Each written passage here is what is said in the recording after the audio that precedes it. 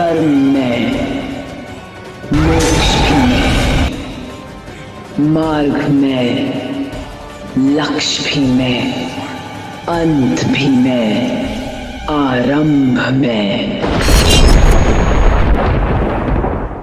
रोजमर्रा के आम दिनों की तरह एक रात आती है। एक जंगल में छोटी सी कुटिया में एक पति पत्नी रहते हैं। उनके एक बेटी जन्म लेती है। इसका नाम वो रखते हैं नीलावंती। तंत्र में कहा जाता है यदि 21 दिन तक किसी जल के पात्र को रखा जाए और उसमें जितने जानवर पानी पिएंगे उस जल को वो झूठा करेंगे, जितने भी प्रकार के जानवर, तो कुछ मंत्रों के द्वारा जब उस जल को हम किसी बच्चे को पिलाएंगे, यदि वो मंत्र आपके पास है, तो वो बच्चा बड़ा होते ही धीरे धीरे वो भाषाओं का ज्ञाता होने लगेगा। जिस जिस जानवर ने वो पानी पिया है तो वो जल उस बच्चे को पिलाना पड़ता है। ठीक ऐसे ही जब नीलावंती पैदा होती हैं तो उनके पिता तो वैद्य थे, जड़ी बूटियों का ज्ञान था, तो वो अपनी बच्ची को जल पिला देते हैं, वही जानवरों का झूठा। तो वो बोलना शुरू कर देती है। ये एक अद्भुत बात होती है। अब ये खबर पूरे गांव में फैल जाती है। अब गांव वाले हैरान हो जाते हैं, जानवरों की भाषा बोलती है प्लस आदमियों की भी भाषा बोलने लगी है। तो वो सोचते हैं कि लड़की एक शापित लड़की है, तो क्यों ना इसे रात में मार दिया जाए। अब ये बात वैद्य जी को और उनकी पत्नी को पता चलती है, क्योंकि ये उल्लू जब ये पंचायत हो रही थी तो वहाँ पेड़ पर बैठा था। तो वो ये बात पूरी सुन लेता है। वो आकर के घर नीलावंती के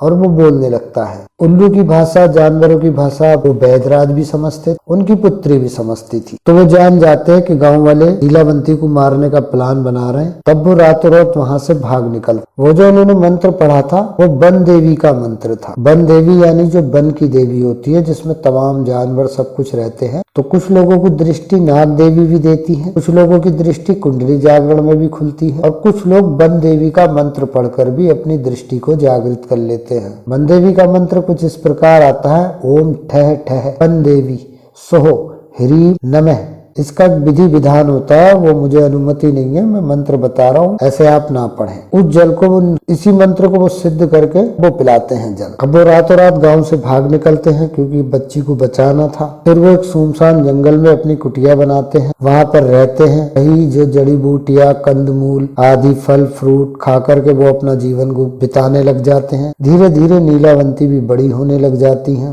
तब वो पहला ज्ञान अपनी बेटी को अदृश्य होने का देते हैं। मतलब एक प्रकार का गन झाड़ आता है जो पहाड़ों में मिलता है, जिसको अगर बंदर देख ले वो बंदर को देखने से पहले ही गायब हो जाता है। उसकी जड़ में तरबूज के तरह के छोटे छोटे बीज होते हैं। यही कोई कहा जाता है कि 700 के करीब बीज होते हैं। आईने के सामने एक एक बीज को मुंह में रखा जाता है। उसमें केवल एक बीज ऐसा होता है जिसे आप मुंह में रखोगे तो आप दिखना बंद हो जाओगे। उसके लिए भी कोई मंत्र आता था, वो मुझे नहीं पता है, तो उसे गन झाड़ कहते थे। अब ये विद्या भी वो नीलावंती को देते हैं, क्योंकि पिता थे तो अपनी बेटी को हर औषधि का और तमाम तंत्र का भी ज्ञान वो लोग देते हैं। फिर खुद भी नीलावंती जो है पूजा पाठ में लग जाती। फिर धीरे धीरे नीलावंती बड़ी होती है। वहाँ के जो सांप हैं वो गड़ा खजाना बताने लग जाते हैं कि यहाँ पर धन गड़ा है। तो सांपों के द्वारा वो गड़ा हुआ खजाना जो भी होता था नीलावंती निकाल लेती और वो अपने पास एक गुफा में इकट्ठा करती। सवाल आता है कि कहाँ की बात। तो जब आप महाराष्ट्र में जाएंगे तो रामलिंगम नाम का एक स्थान, जिसमें आप जैसे कि चित्र में देखेंगे तो ये रामलिंगम की ही जगह है। यही वो गुफा है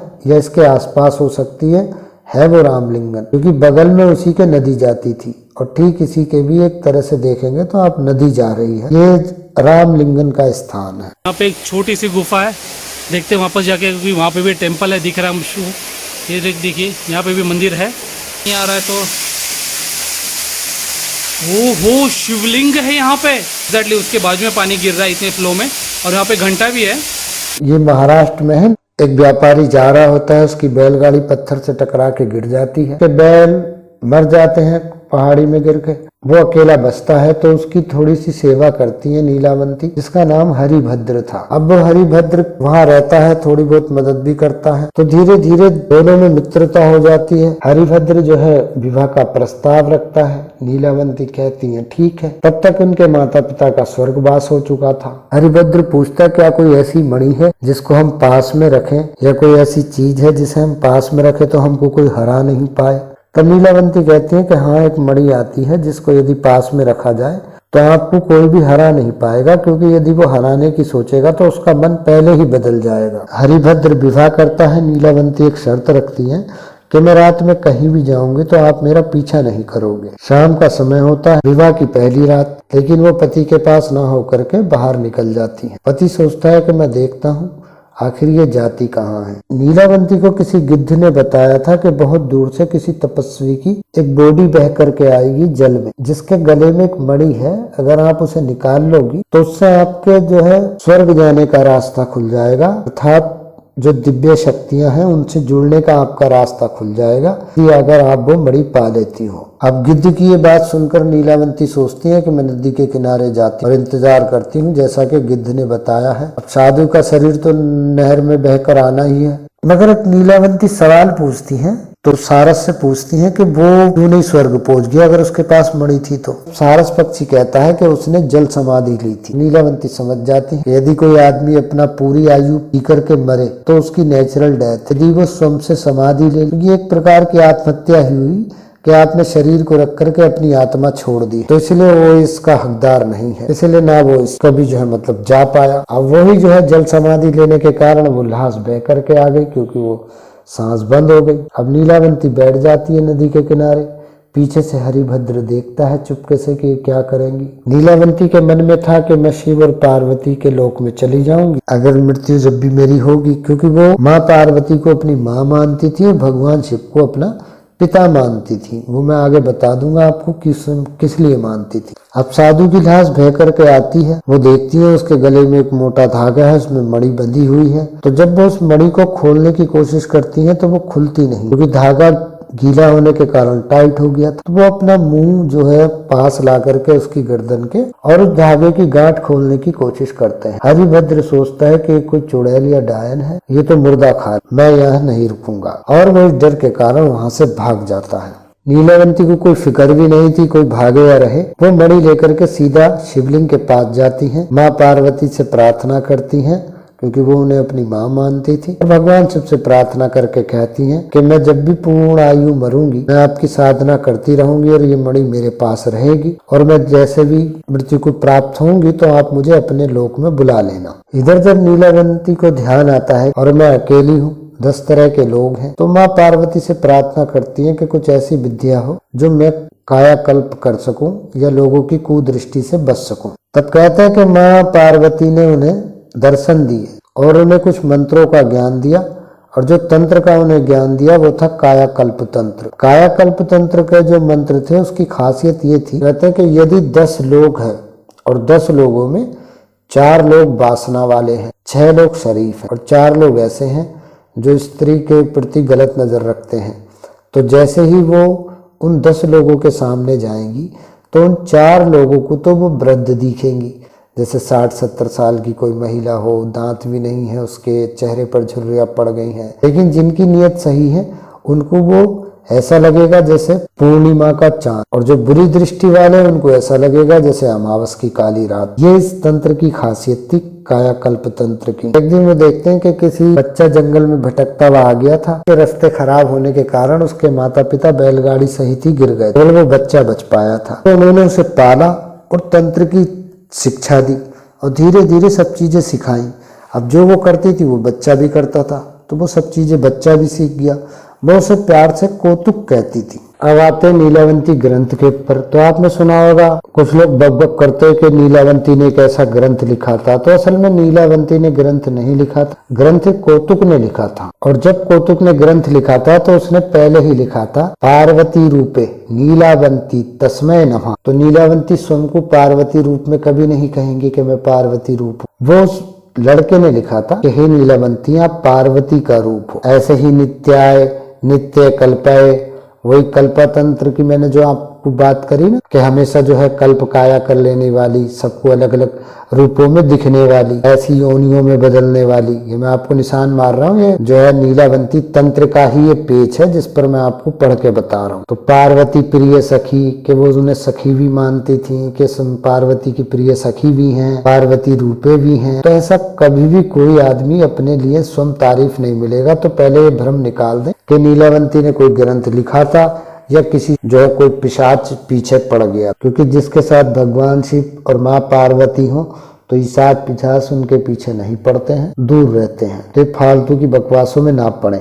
यही अगर आप इसी में आगे देखेंगे तो इसमें दिया है कि माता च पार्वती देवी, फिर यहाँ दिया पिता देव महेश्वरा। तो ये क्यों लिखा है? ये उनकी तारीफ में लिखा है। अब सवाल आता है कि हम नीलावंती की साधना कैसे करें। तो जो भी लोग नीलावंती जी की साधना करना चाहते हैं और उन्हें लगता है कि भाई हमको उनकी कृपा मिले, तो वो 3 माला, 4 माला, 11 माला भी आप कर सकते हैं। असल में मैं मंत्र लिखना भूल गया हूँ, तो ये पूरा ग्रंथ के जो भी कुछ कटिंग है, ये आप देख रहे हैं जितनी भी कटिंग है, ये सब आपको टेलीग्राम पे मिल जाएगी।